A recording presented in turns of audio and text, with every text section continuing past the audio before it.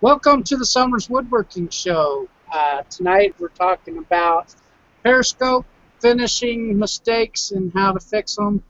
And we're also going to be talking about how to set up your workshop for video making. And this is Season 3, Episode 31. And we're going to start off with roll call. I'm going to start with me. I'm Brian. I'm your host. And Shannon. He's our co-host. You want to tell people who you are? How oftentimes we hear praise the song of wealth. All right. Shannon Fargo. Sorry, I was setting up. You can find me on Facebook under my Fat Guy in a Little Shop page, or just look my name up in YouTube and you can find the whatever I call woodworking out of my shop. Cool. And how about you, Charles? Howdy, folks. I'm Charles Deering. I'm the Charles Deering on Facebook, Charles Deering Scroll on YouTube, and I have Wooden Visions. I have woodenvisions.com if you want to buy scroll saw patterns. That's pretty much all I do there so far. Okay, cool. How about you, Chris? Oh, Chris Demetric. I'm sorry. Usually a few of them on. Yeah, Chris Demetric. If you Google me, you'll find anything I'm on. If you look at YouTube, that's the Dems World, but I'm changing that and rebranding it to TDW Woodworks. So for the Dems World. And other than that, I'm just there, living life, I guess. You know, working in the shop and chatting, and I'm working more on the shop than in the shop. So That's cool. And you, Patrick? My name is Patrick from Patrick's Workshop here on YouTube. You can find me at Patrick's Workshop on social media. Yeah, that's about it. Cool. And how about you, Tommy G? Yeah, I'm Tommy Gonzalez. You can find me on YouTube under Tommy G Workshop. You'll find me on Facebook, Instagram, Twitter, and I just recently started my website at tommygworkshop.wix.com. Okay, cool. And you, David? You with us? I guess he's gone again. He's not here. All right. Well, first topic we're going to talk about is Periscope. And the man that I learned it from was Patrick. You want to tell people a little bit about Periscope and what you know about it? All right. Periscope's an app on Android and iOS and Apple devices, smartphones, iPads. You could broadcast yourself live all over the world to anybody who's watching. You could watch people. You could. It's a one-way live stream. You stream and they can watch and type on the little chat area. And you can broadcast whatever you want to talk about, you know. There's millions of people out there on it, and it's a fun time to be had. I agree. I've been watching Sean Rubino. Mm-hmm. I've seen the Wood Whisperer on there. I've seen Patrick on there. I've seen Braxton on there. And I tested it last night. Before last night, I was just a viewer, but now I learned how to broadcast. So Yeah, it's pretty cool. yeah, I like it. And Shannon, have you ever used Periscope? I guess that's a no. I'm I have a jealous. lot of questions about it. Yeah, I'm jealous of that because I'll tell you now, if you have a Windows phone, you can't access it. It has to be Android or iPad kind of stuff. Yeah. Yeah, it doesn't work on my tablet either, even though it's an Android. It's just for smartphones. It's actually pretty cool. I've been on it since like day 5 or 6 that it came out. It came out in May 28th or something like that, 25th. And I've been messing around with it. I got lots of friends on here. I follow all the woodworkers that I can follow on there, like Pachuto and Duresta and Claggett and Nick Ferry. Yeah, and, I watch Pachuto too, yeah. And you can be out in your shop working on something, and if you're not recording, you can just pop on Periscope and start up a conversation about, you know, pretty much anything you can think of, you know. Yeah. there's tons of people on there wanting to learn stuff anyway. So if you're doing something interesting and you don't want to record it for a YouTube video, or you're in between scenes, it's not a big deal just to pop on a live stream and show what you're doing or talk about something, you know. That was a very good point, Patrick, because, you know, people making all these videos, that's a way to do it when you don't want to mess with the filming process. Mm-hmm. You know, you just show them live, and that's probably better than making a video in a lot of ways. Yeah, while it's being live, it also records it so you can save it to your camera roll and use it in a video or Facebook or wherever you want to put that footage. Yeah, that's true. So it also records while it's live, so you can save that. How do you communicate with the people? Is somebody going to chat, and then you have to stop what you're doing and go over and type in a chat, or can you just talk with them? Or? Yeah, I'll show you real quick. You'll see a chat section, and then you can just talk to them.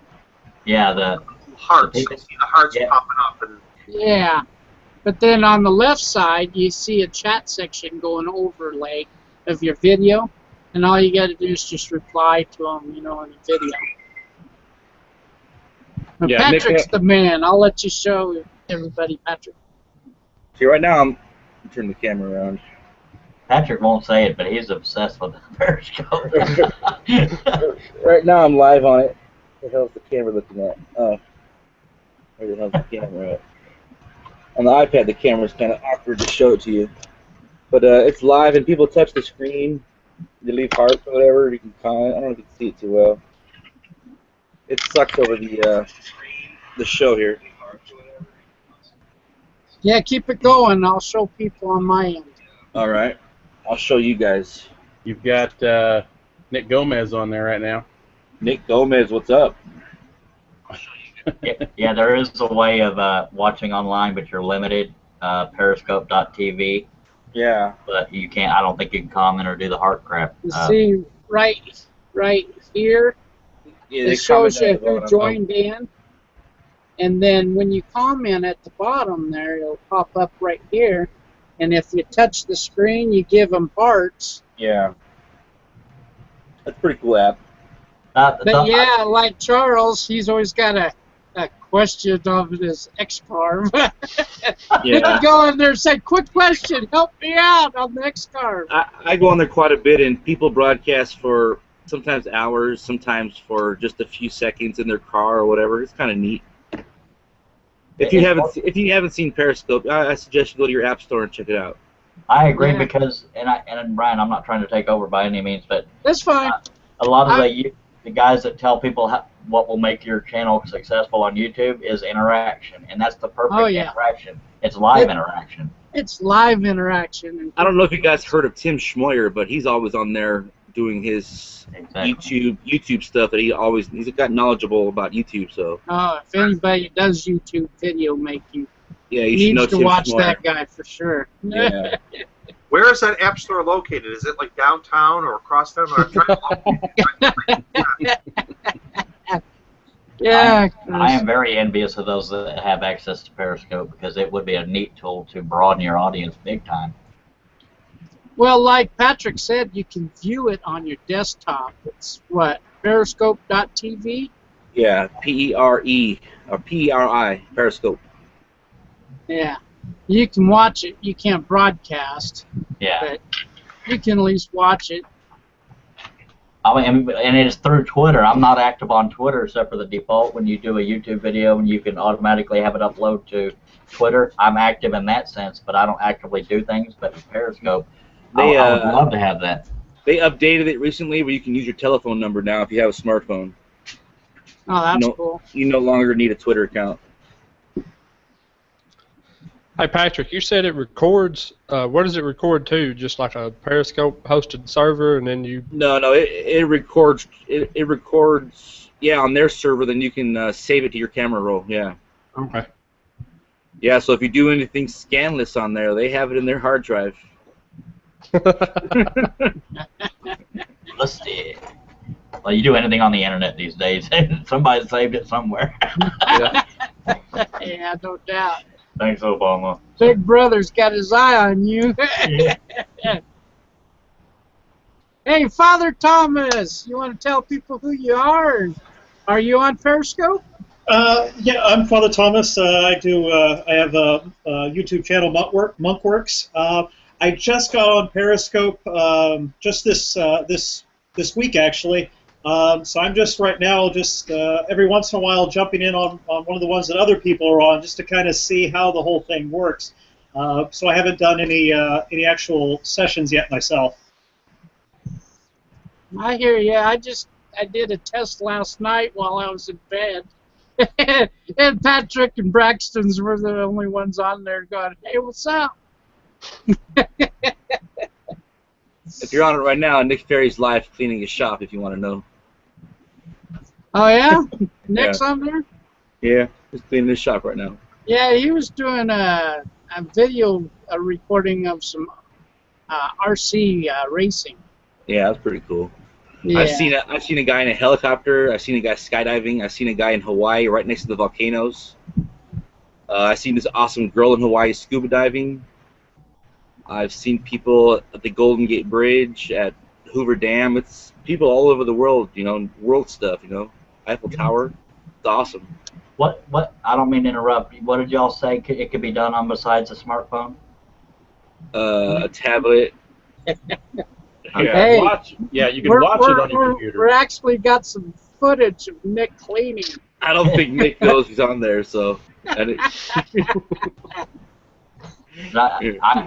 Y'all have inspired me. I'm asking my wife right now in a text message if we have a tablet or smartphone in the house that I can use occasionally, because I would love to be doing this. Yeah, that new live stream that YouTube has. I don't know if you guys have tried it, but I tried downloading all the stuff for it. It's kind of a pain in the ass, so I deleted all that stuff off my computer. It's too much crap. There, I just told him that he's on the show. Or not, he's on the show. Special unknown guest star. He's gonna be like, thanks. He's like, what the fuck you talking about? What?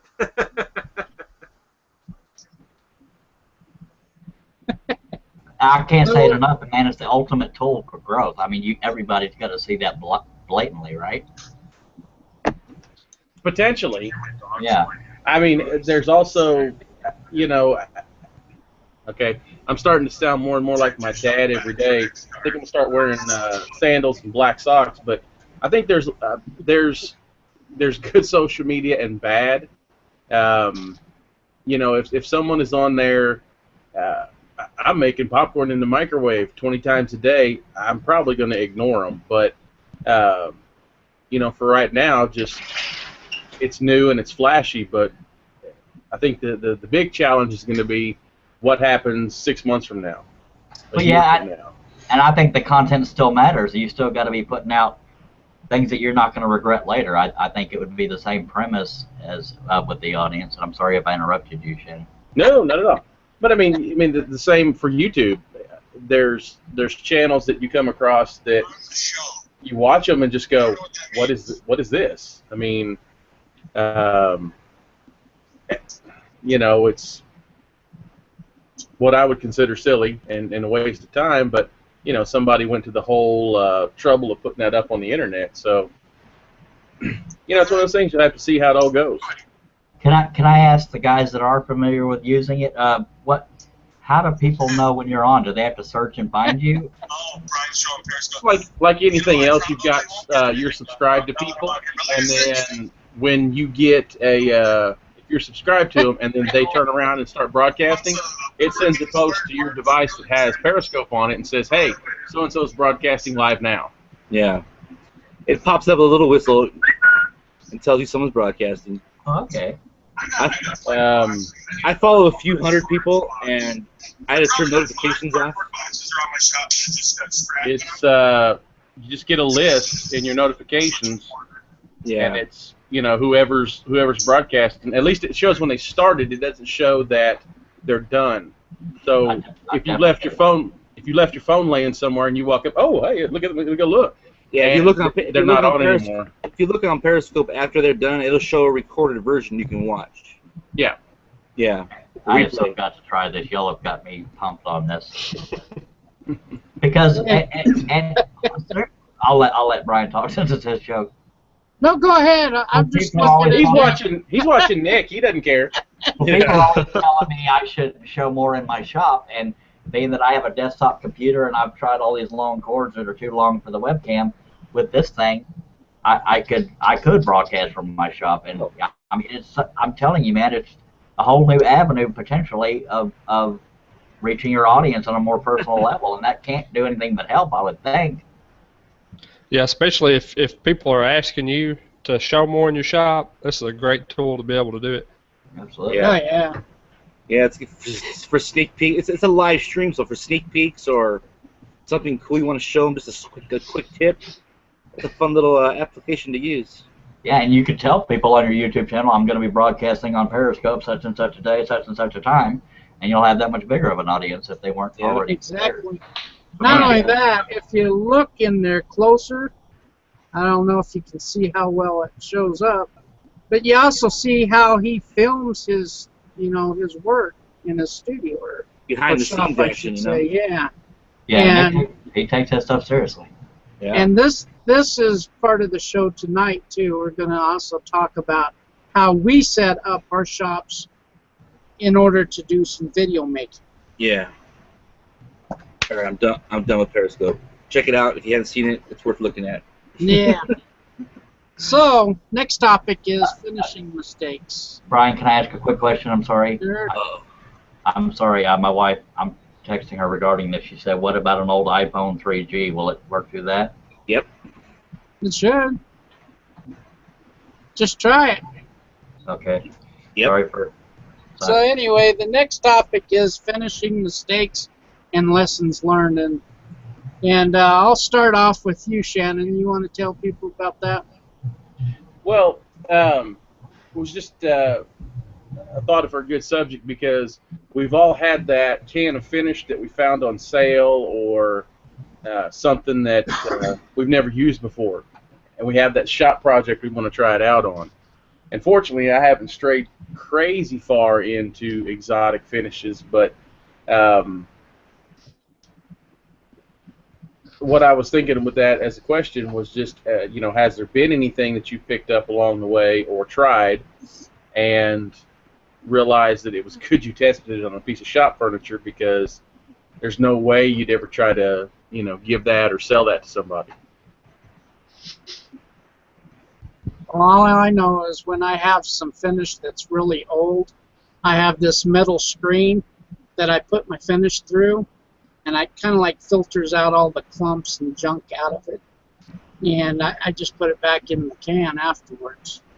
You say finish, you mean finish or stain? Or paint. Anything. Well, like varnish in a can, stain in a can, even paint. Sometimes you get clumps of paint. I find that after they get old enough and I've pounded on the top enough time, I just transport that into a fresh container. And one of the best things that I like is, the plastic Rubbermaid, the throwaway, disposable Tupperware. They make the ones with the screw tops. And what I do is I just take my paint and I pour that in there and I screw it down, and those things are cheap enough that as long as you do it with that and not something like acetone, you wouldn't want to use acetone.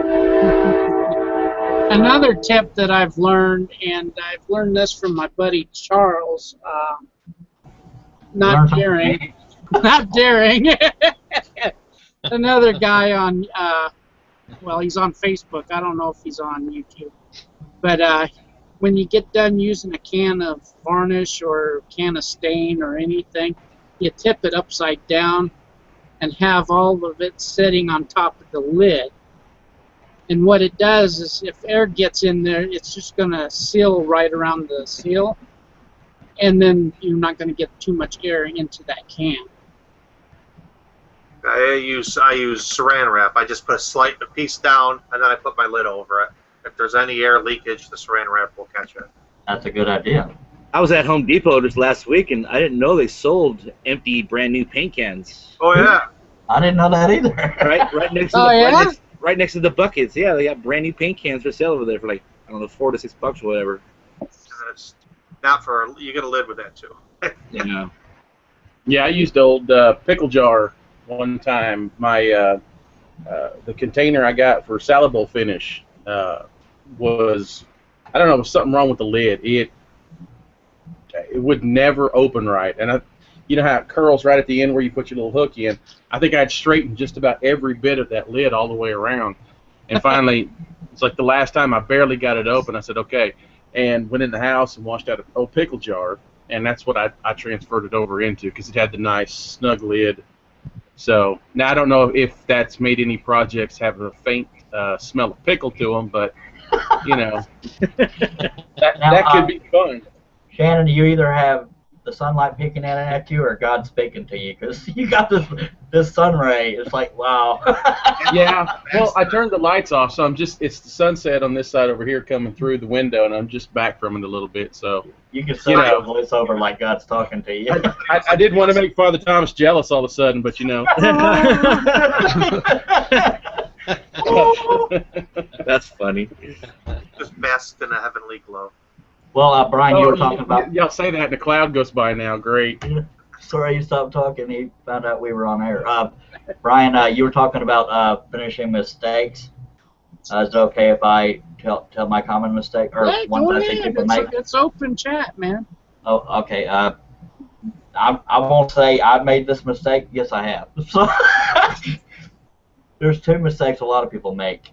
They try to put the second coat on. Well, okay, we're talking about finishes. This I'm referring to clear coat finishing.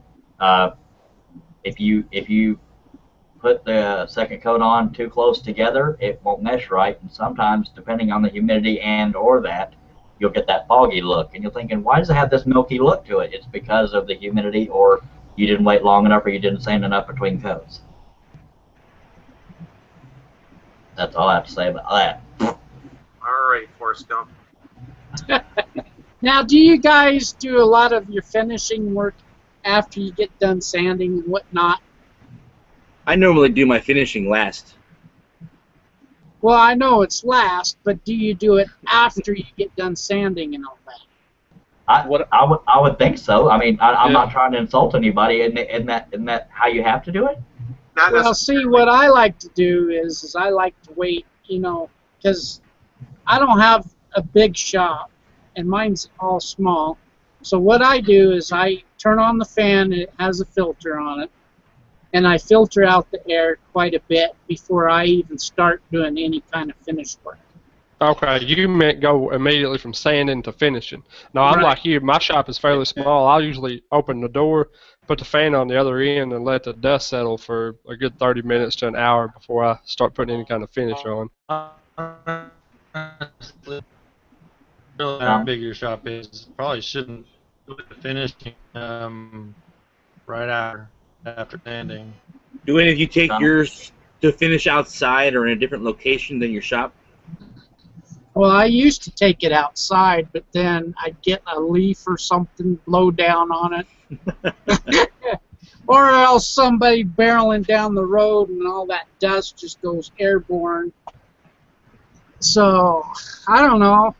Hopefully when I get my bigger shop, I'm just going to have like a dedicated space that's going to be masked off with visqueen or something.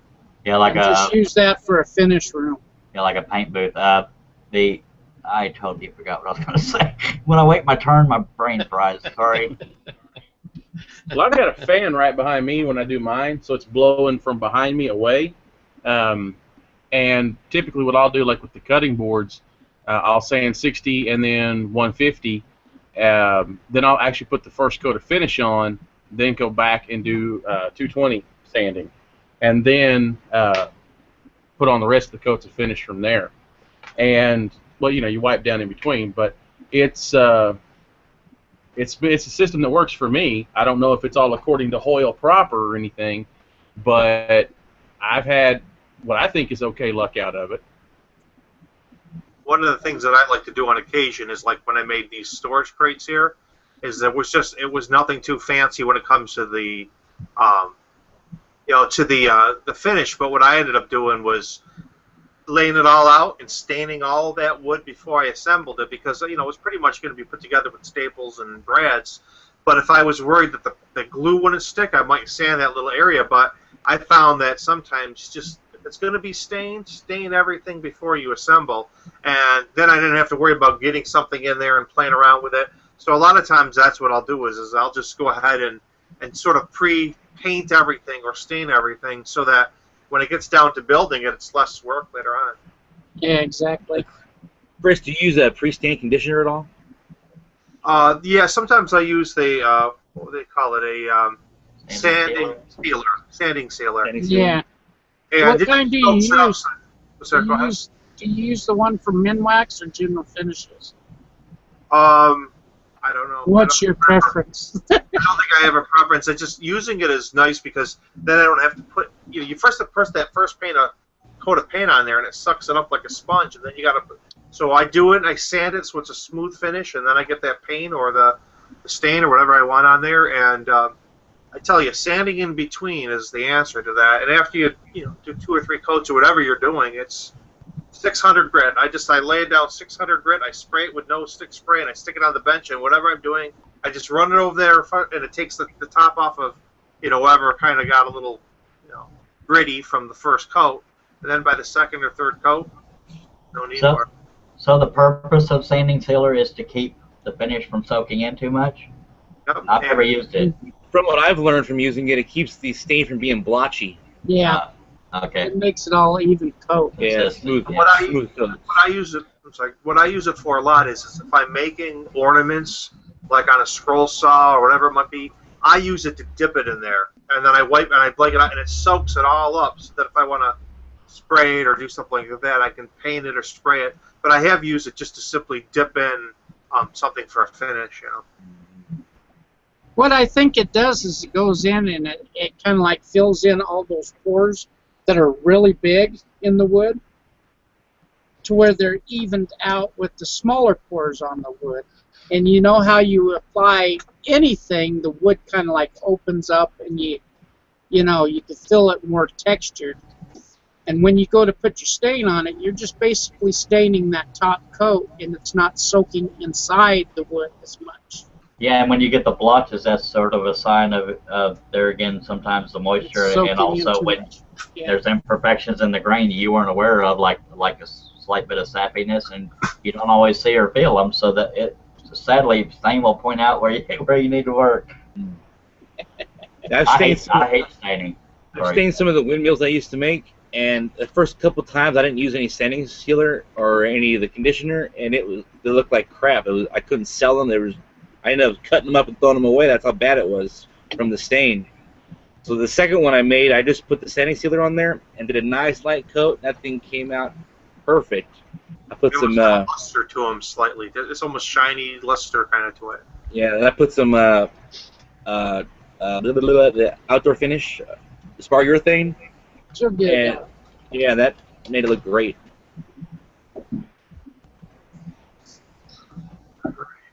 Sorry, my dog got something in her foot. Any of you guys use heat guns to take bubbles and stuff out of your finish? If I have to ship something quickly, yeah. I would if I had one. Me too. Everywhere work in a pinch, I guess. Harbor Freight, $10. How about you, Father? No, I've got a heat gun, but I don't use it for finishing. The only thing I've ever used it for was that tubing for shrink tubing. Yeah. Yeah. I just have a cheap little Harbor Freight one I got for like $10. So. That's me too. Yeah. Yeah, that's what I got. The heat gun I use for bending plexiglass or polycarbonate. You just hit it and you run it back and forth. It softens it enough that I can bend it. So I use it for that and on occasion for finishing. But I used it a lot when I was making the X-Carve, actually, because I was using the heat shrink, and I would use it to shrink up the wire shrink. But it's one of those tools that you get and use it for more things than you think you were going to use it for, at least. And this is only $10 at Harbor Freight? Yeah. Yeah. Wow. I got mine when I was doing flooring, and I used it for coving for vinyl and stuff. That's Yeah, cool. it's really good for removing vinyl stickers or residues. Oh, yeah. Will that work on carpet tape? Possibly, yeah. Yeah, it'll melt the carpet tape. It'll make it unsticky for a minute. I'm sort of going off topic, but the reason I'm and that is I used because I know the show isn't about X-Carve, but we're referring to the heat gun. I don't want to use thick foam because I'm using a wasteboard beneath some aluminum I'm about to mill, and I went with the thinner stuff. After using it, I read on the packaging it's for permanent use, and I didn't want it to be permanent, so I'm hoping a heat gun will release it.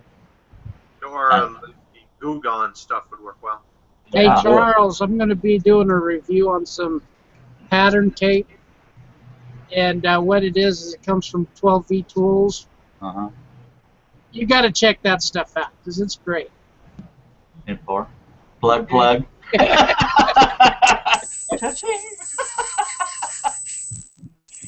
Yeah, I know that was sort of off topic, but it was about the heat gun because, oh man, I don't know what the heck's going on. Is that you, Charles? I don't know what That's Charles's mic. Yeah, that's Charles. Yeah, you're whistling. Oh, crap. Not whistling, but buzzing. Go out and come back in. I'll save a spot open for you. Okay, Tommy, you haven't had a chance to talk that much tonight. What do you do for your finishing? And if you made mistakes, how do you fix them? Well, I'm with my finish. I mostly stay with wipe-on poly, easy stuff. With boiled linseed oil. Finishes I have up from heat gun for that. So yeah, that's about as far as my finishing goes. I try and stay with the easy stuff. Yeah. I liked when they came out with that wipe-on poly. That's great stuff, man. Yeah. Am I still lagging? I mean, buzzing? No, you're clear. Okay. Get a little buzz on. Live on the air, Charlie's buzzing. I forgot what I was asking. Oh, and I know the show isn't about CNC, but can I finish the topic as to why it's so important, or why I went with this permanent crap? No, I'll hold off. It's not topic. No, go for it, dude. Okay, well, if you're milling aluminum, now. yeah, don't leave everybody hanging. You don't want to use the thick foam stuff because you want it to be perfectly level if you're milling aluminum. And so I went with the real thin stuff, and that's how I got into this conundrum. So that's all I have to say about that. Did you ever get your coat rack done? It was actually a gun rack, but I'm working on it. Sorry. I'm working. I got a dog that's in pain over here. It'll still hold 8 coats. I think me and Patrick finally got you through that, didn't we? God, yes. This is funny, guys. I know the show isn't about X-Carve, but this was so funny. Patrick and Tommy G there were babysitting me, messing with this. I spent all my time on the adjustment side of that belt thing, but I never went back and looked at the other side of that same belt. So eventually when I moved the router over, it pulled the belt out of the other clip because I'd done so many adjustments because it kept coming loose. I never stopped and thought there's 2 sides of that belt. He kept tightening it, and you know the clips have like an inch of slack. Well, he had 3 inches of slack on this side. And so there was no more slack on this side. Oh, I kept saying, are you kidding me? I tried to tell him there was no way that it was this. He's got some other problem. And then about that time the other side fell off. What's he doing? Adjusting his belts? He was tightening his belt up. Yeah. It kept loosening. It kept going off track. I was doing test cuts, and it kept going off of the path it had been doing. I never thought that I needed to do the left side. He kept tightening the same side over and over and over, and then... No, you got to make sure both those belts are the same tension, dude. Well, it wasn't a different belt. It was the X one. It was the X one. I was spending so much time on the adjustment side, I never stopped and thought, dude, you got to secure that other side too. That's on the other end. That's why I use belts. Most people say I overthink things. I was underthinking on that one. I know that's off topic, but that was highly entertaining at my expense, but it was funny. I was laughing my ass off for a little while.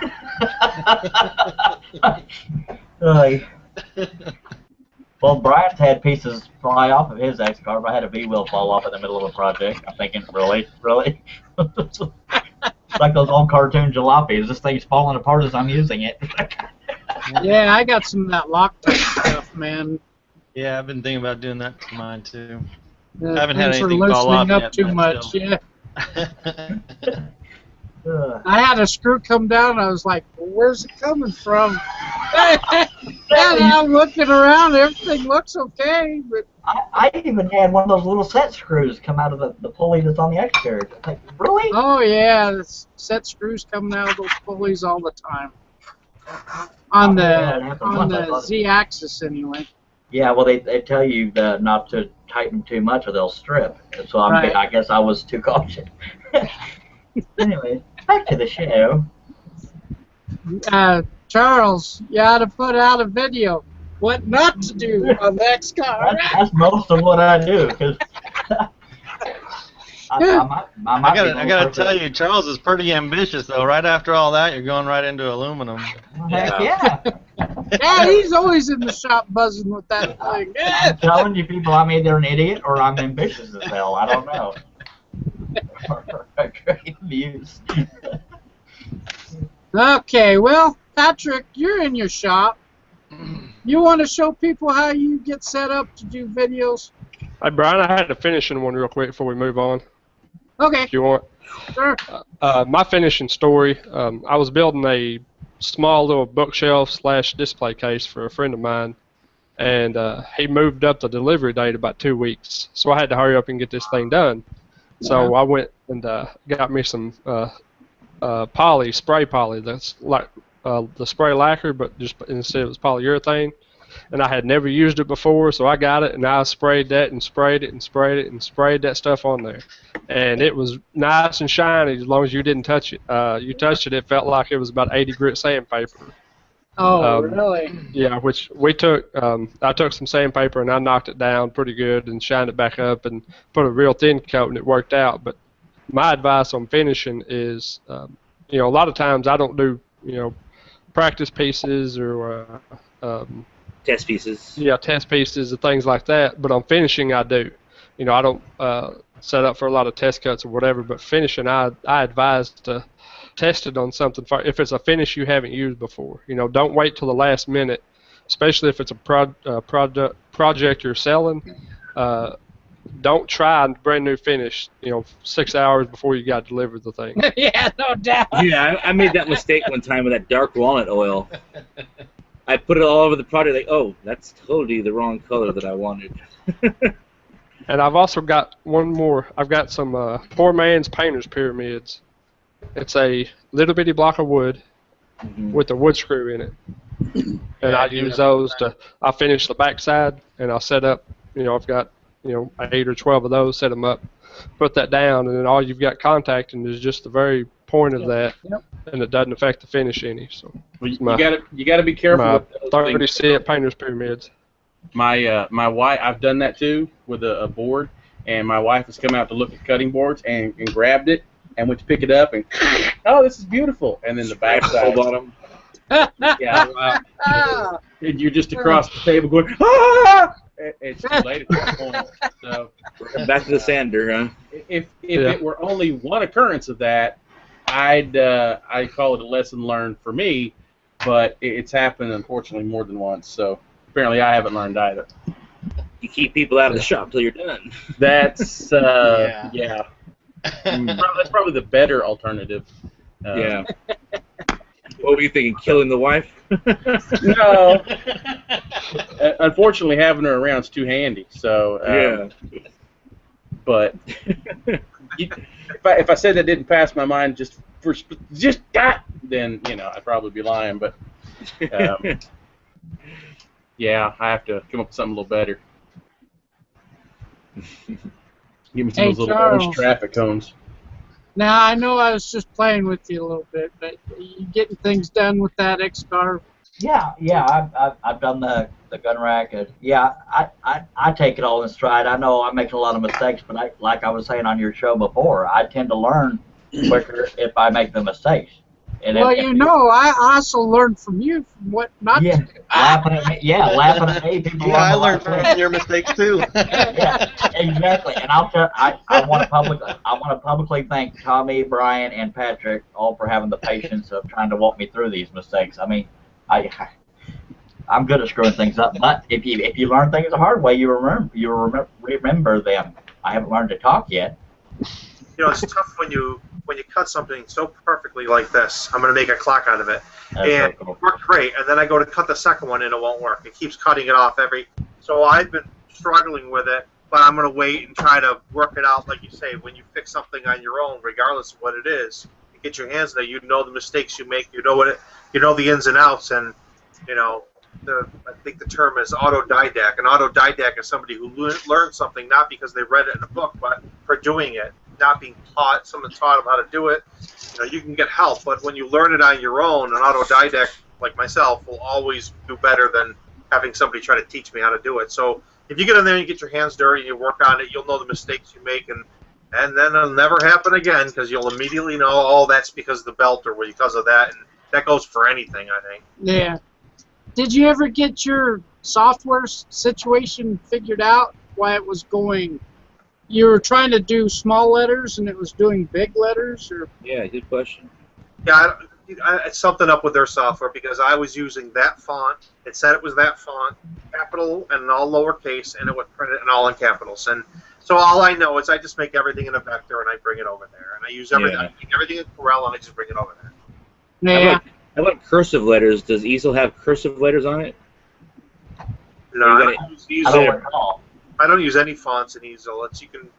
I got 10,000 fonts on my desktop computer. I can pick anything I want and save it as a vector, not as a word vector, as a curve vector, and you can pretty much move the letters, have them touch each other, whatever you want to do. I'm looking now, Patrick, to see if it has cursive. I don't recall. You might want to do a video on that, Chris. Yeah, I do that a lot. And I also like I was telling you about this. I did this Spock. I did it as a vector graphic, and then I printed it out on paper. But I could easily take that same vector and put it into the software for Easel or something like that.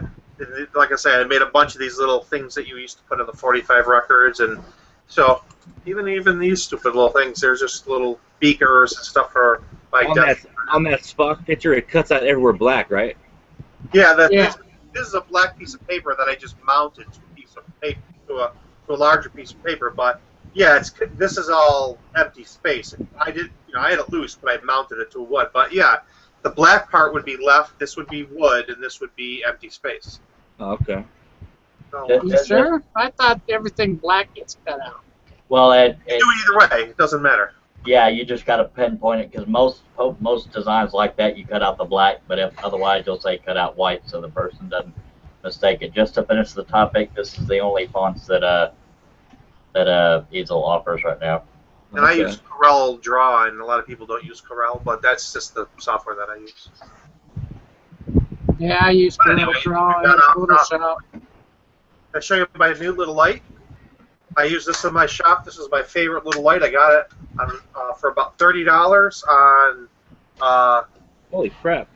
It's got a whole bunch of LEDs, and I put it on a little stand. And this whole thing cost me about $30 with the Sony battery that you use in a camera.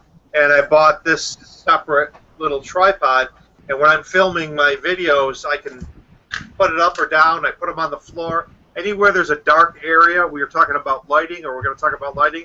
I tell you, this is one of the best things for a YouTube creator, is to get a couple of these, and then you can just kind of hang them on the wall when you're not using them.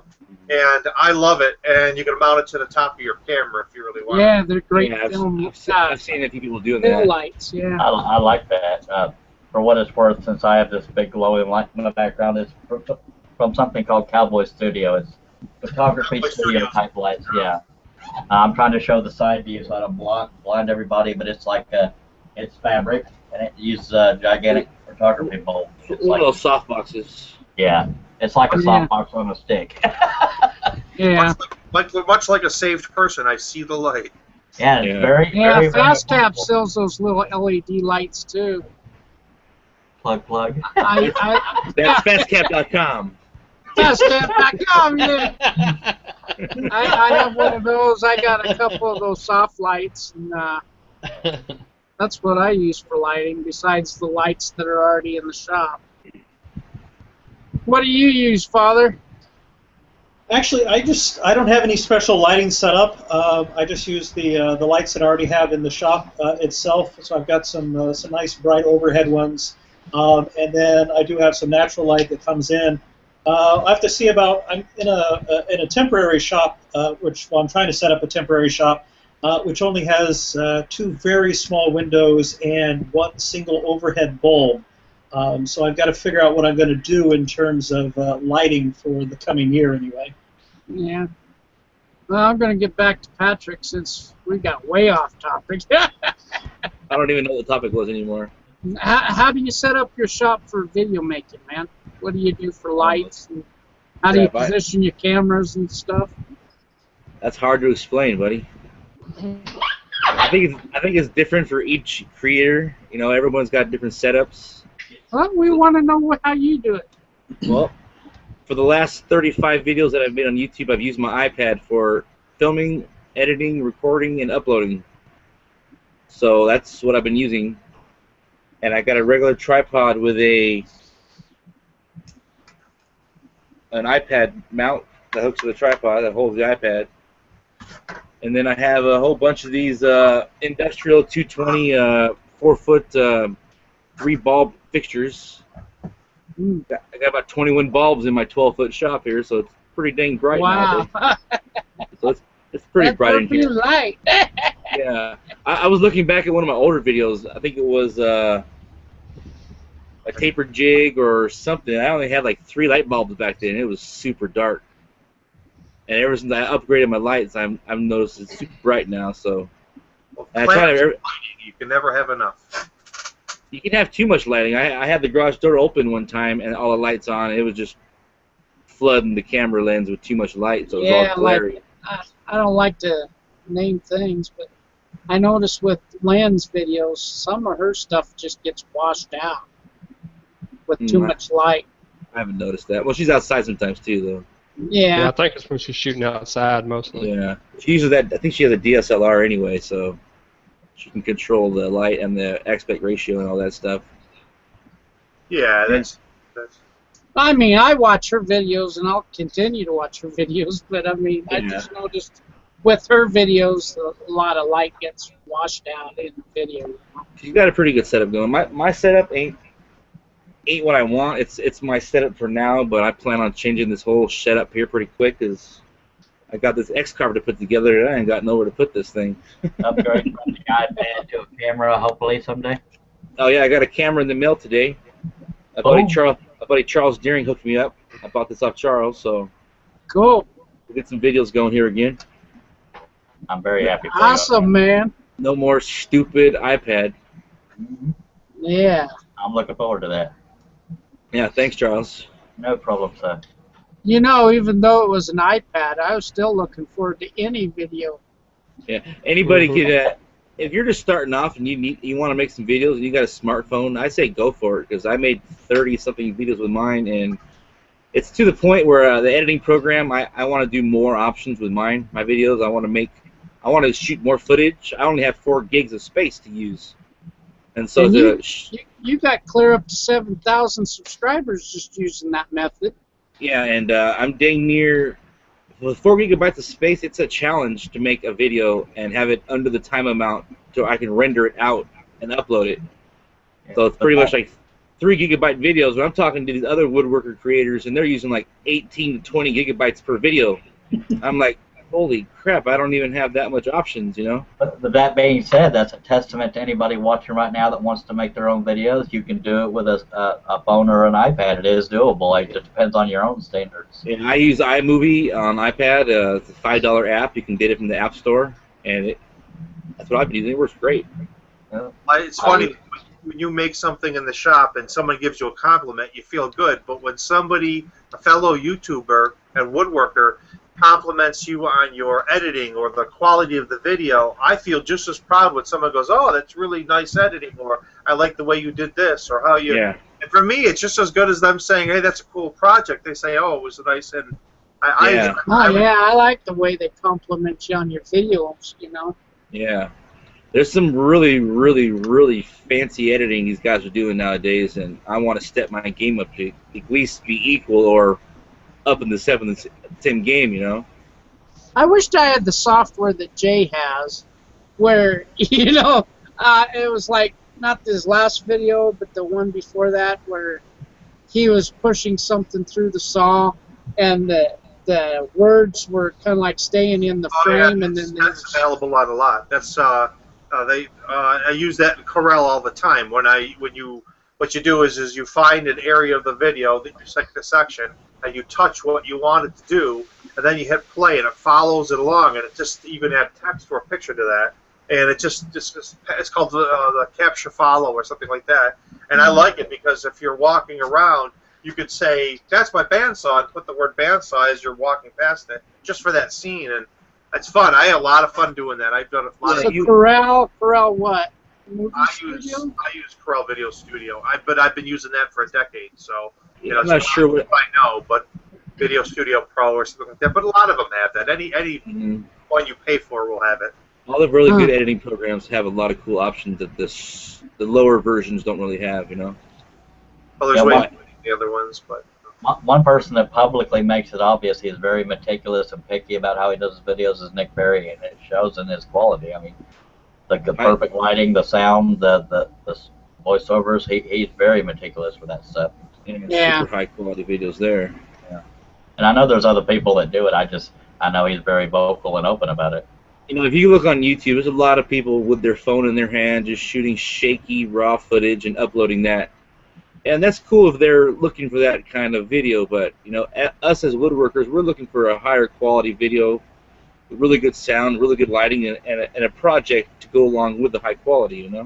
Well, going back to Periscope, can that be uploaded to YouTube? Yeah, you can save it to your camera roll and you can edit it wherever you want, but yeah, you could.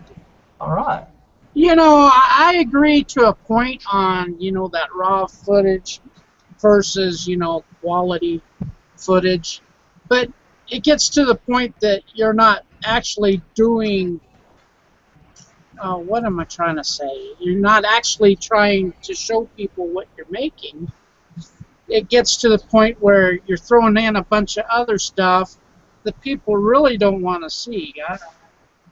I don't know. Like eating chips or... Yeah, I like to watch people eat chips. Acting like... Hey, I ate a Klondike bar in my latest video. Speak for yourself, buddy. When you're on a break, when you're waiting for glue to dry, you got to do something. Well, yeah, but I mean, you know what I'm saying. I kind of like the mix if it was a mix between the two. So here's the situation: is when I'm in the shop, I have music playing all the time. That's why a lot of times when I record my video, I overdub them because and I love singing when I'm in the shop, and I go nuts, and I just. Whatever it might be, whether it be gangster rap or it's yeah. See, that's the kind of stuff I'm talking about. I like to see a person in their own element, not non-edited so much, but still good quality. Like I can't put that on YouTube because I don't have the copyright. So can you put copyrighted music on Periscope? Well, what you can do is and I'm not trying to tout my own channel, but I had a video up where I was singing. If you put it up, I don't remember the terminology, but YouTube has this thing where if you're covering a song, it's covered. But my brother tried to upload a video of a NASCAR race, but because the music playing in the background was copyrighted, they wouldn't let him monetize it. So that things like that. Periscope to care. I mean, if I wanted to sing a Beatles song, or if I wanted to play the Beatles in the background, they could rip that down. I think if you label it, I have no copyrights to this song. On Periscope or YouTube? What are you talking about? I'm talking about Periscope because I know YouTube. You read the details. I'm talking about Periscope. Can I play Beatles in the background while I'm working? Yeah, you can play music, but you can't. The only thing you can't do on Periscope is show during the big boxing fight a few months back. People were broadcasting that, and that's kind of against their rules to show a live broadcasting show. And no adult stuff. And no nudity. or sexual stuff. So I got to put some shorts on when I'm in the That's shop. how I was gonna premiere myself. That's how Unfortunately, I was gonna premiere myself that way and call myself the abominable. I'm pretty sure your audience is not ready for that, buddy. They'd be blinded the first video out. Talking about good lighting in the shop, you know. Yep. There's a moon over Parador. Anyway, getting back to the topic here, right? Yeah. Setting up the shop. Yeah. I got mine set up okay, but I got such a small little space for woodworking. I got to move the camera, and I got a couple lights I adjust for each shot. And so it depends on each person how their setup is, but the brighter the lights over the overall lights, you know, the easier it is for recording. That's how I got mine set up now. Yeah, just tripod movements. That's the way, same way in my shop, Patrick. I've got two real good 6-lamp T8 fluorescent fixtures up right here on each side, and most of my recording's done right here in the center of the shop, so it lights that up well. But I recently bought Charles mentioned Cowboy Studio on Amazon. These little basically fluorescent tubes on a tripod. Yeah. And they come with these little umbrellas in case you need to tone down the light. Photo lights, and I got that set for like $40 on Amazon. It was 3 lights and 3 tripods. And it was. It's bad luck to open up an umbrella in a shop. Well, I'm gonna have a lot of bad luck then because I use it for my photo setup too. So. Yeah. I think it's inside. If I got the garage door open, that don't count, right? How about you, Tommy? How's your setup on your shop? As far as my lighting, I've got 5 fixtures, the T8 daylight tubes, and to capture my footage, I use this and this. So I draw my footage on my phone, download it to my computer, and then from my primarily Adobe Premiere, but I also have After Effects, all the fancy stuff that I haven't gotten into yet. So that's cool. my setup. Cool. Now, Christopher, I know you do some awesome videos. What kind of lighting do you use? Well, lighting and clamps, you can never have enough of it. For me, I have joists, and I put I've been using the T8 bulbs right along, and Home Depot just came out with for $35 a 4-foot shop light that's LED. Doesn't cost, you don't have to buy any light bulbs. Normally I would buy $24, and then you buy about $12 in bulbs, or 6 or 7, whatever it is. And they just came out with $35 for a 4-foot set, and the idea is that they're linkable, so I could literally run them all the way up and down the shop. But right now I got enough lighting, and the only problem with LED is you'll have a problem with the refresh rate. You'll see sometimes you'll see like bars rolling down slowly on the screen, and that's frame rate. The frame rate matches the LEDs, and that's why I don't want to have too much. So I try to do T8 bulbs, T12 bulbs, and LED bulbs, and then I use this task lighting, and I put this orange filter over it so if it's too bright of a light, and that's it. Just kind of playing around with it, but you gotta see what the end result is. And if you got good software, it doesn't really matter. You can build up the contrast or the gamma or the brightness, and if it's too bright, you can always tone it down. If it's too dark, you can only get it so bright. Those T12 bulbs are going away. They can't make them anymore. Oh, yeah. Man. I had them fall from the sky doing something where I was staining some wood or something like that, and sure enough, smash right over all the stuff. It's like, enough of that. The sky's falling. Sky's falling.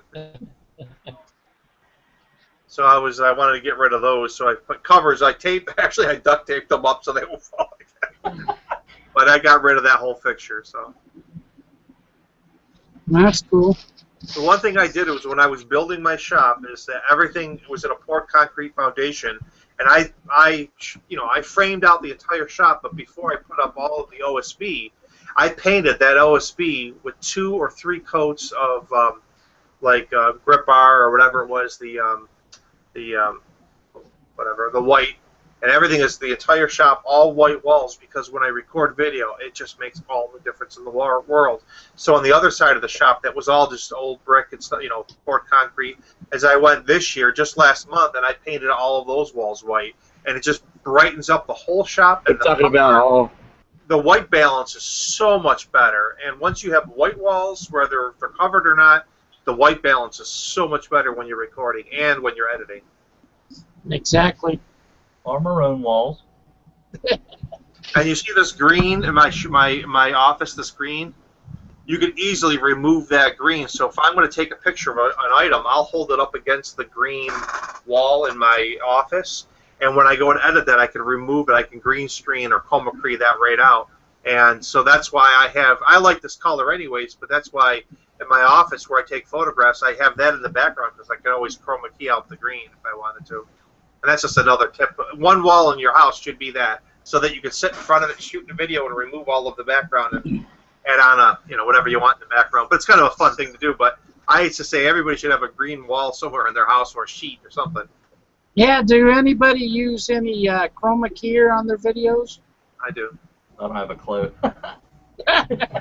Like Charles, where you're sitting right now, I could take that video, stop, and when I go to video it, I just I could take out all that red. Like the red, and the red would be completely gone, and I could replace it with an ocean scene or a mountain scene. So as long as you have a solid background, you click on the chroma key, and then you take the little eyedropper and click on the color you want to get rid of, and it's get rid of it, and you can replace it with whatever you want. I'm going to give you $1 a month to edit my videos. It's fun. Like you see my picture that I have here, the background is all green because I can change it. So when I'm adding my new picture onto my videos, I chroma key out the green background, and I only see the background of the shot, so I only see just my face. So if I took a picture or whatever it might be of this, and I get rid of the background, then all I see is that with the background of the video playing. So. Well, my videos, I think I'll keep more subscribers the less I show my face. I'm too ugly for radio. You need less lights? Yeah. Hey, we got Sterling in the house. What up? What up, budda? How's everybody doing? Doing good. How's your challenge going? It's going pretty good. We got a little over 30 entries so far with 2 weeks to go, so I know I got a few more that's going to be coming in, hopefully we got 2 more weeks? Yeah, well, through the 31st. Yeah, today's 22nd, so 10 days, 9 days. Well, a little less than 2 weeks. Okay, cool. I'm going to try to get something in, Sterling. I already started. I've been fighting the heat, man. I started my project, Sterling. So far, I drilled 1 hole in 1 board, and I think I'm almost done. Pencil holder? You making a pencil? That resembles one from last year, I recall. Yeah. Hey, David, how you doing, buddy? I'm good, Sterling. How are you? I got my video uploaded, and Sterling got it added to the playlist today, so I appreciate that, buddy. Yes, sir. Yes, sir. And I apologize for that, too, because I missed yours, and I watched it, but I didn't add it to the playlist because I was watching a few. But I didn't jump in to make this about me. How's everybody doing? We're doing good. So well, the reason I brought it up is because I want people to know about your challenge. I've had it on the Woodworking Challenge on Facebook. Do you have a playlist that you can send me a link and I'll add it to the show tonight? Yeah, sure. Let me go grab it right quick. And while he's doing that, I'd like to point out, not that it's up to me, sorry, Brian, or if you want to tell him the details about the what he's doing. Go ahead. Okay. It's also benefiting Wounded Warriors Project. Sterling, along with some that want to be named, some that don't want to be named, are donating $1 per video, up to $100 towards the Wounded Warrior Project. Or if you want to, you can go to Wounded Warrior Project. I don't remember the name website, woundedwarrior.org, something like that. Just Google it, and you can donate in general, or you can donate to state-specific Wounded Warrior.